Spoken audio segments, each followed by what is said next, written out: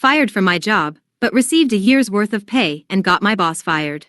This happened in the early 2010s, before the advancement of technology in video editing and content creation. I was hired as a content creator for a university that wanted to leverage YouTube to kickstart their branding campaign. The pay was low, roughly $2,200, and in those days, there were not that many video content creators around, and the process usually took a long time from start to finish. I was hired, and on my second day, my manager presented my KPI of 85 10-minute videos in 52 weeks, which was impossible for a one-man team in those days. This meant I had to do the scripting, producing, casting talents, shooting videos, composing music. They were too cheap to pay for a royalty-free music subscription, and editing, all of which I had to use my own equipment and software because their cameras and computers were so old, they simply couldn't handle the strain of even doing things in 720p, much less 1080p. I tried to let my manager know, but she just smiled encouragingly, telling me to give it a try, assuring me if the videos were good, the quantity would not be what she focused on. Hearing this, I agreed to give it a try. My manager treated me well in the first month. However, one day when she found out I was a smoker, her attitude changed overnight. A colleague had actually done a facepalm when I told her about it, and she let me know that the manager hated smokers and often advocated to get them fired.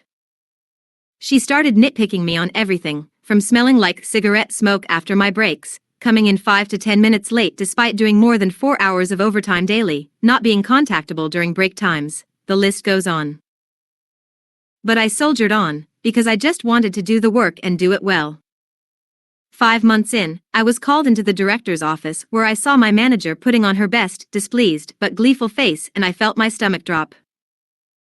The director told me that she was disappointed because she had heard that I was falling behind on my work, and it was already halfway through the year and I had only completed 30 out of my 85 videos.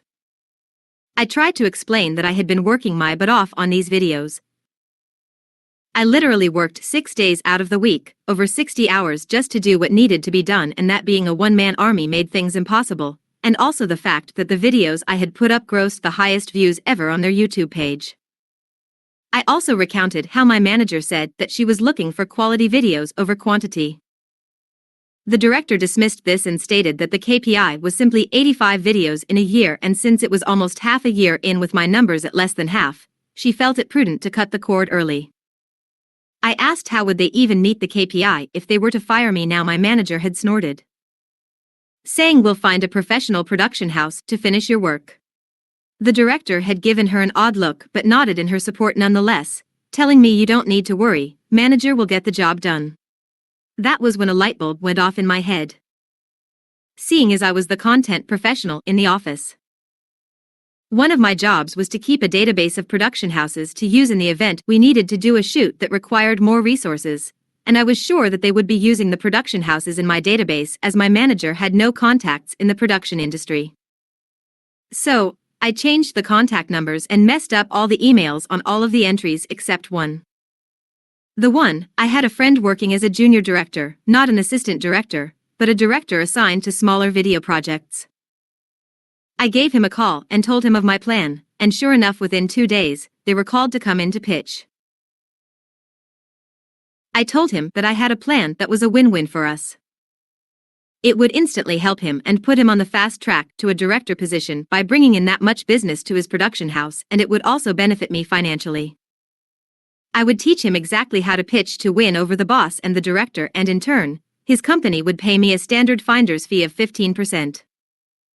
He agreed instantly and immediately put me on the line with his general manager, who upon realizing this was to be 6 months of work for a high 6-digit payout, instantly agreed and drew up a contract.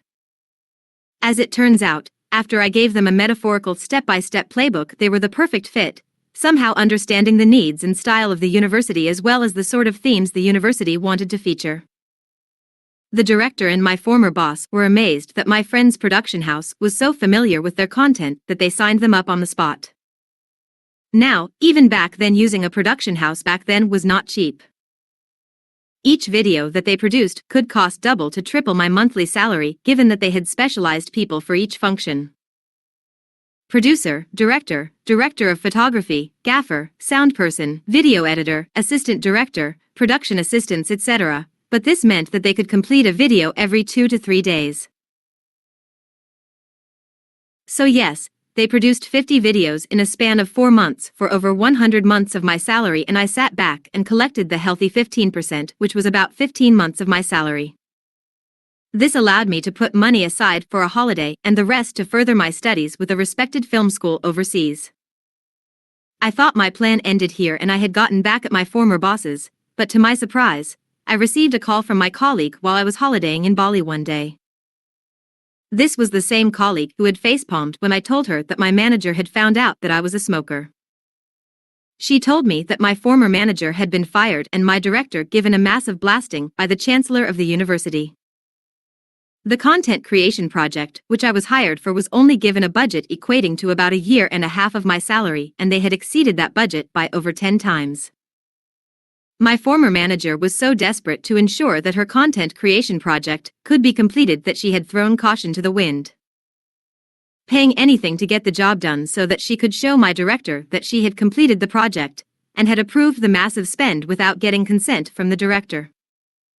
So that is how I got my friend a super fast promotion to a full director in his production house, and a year of pay after getting unfairly fired from my job.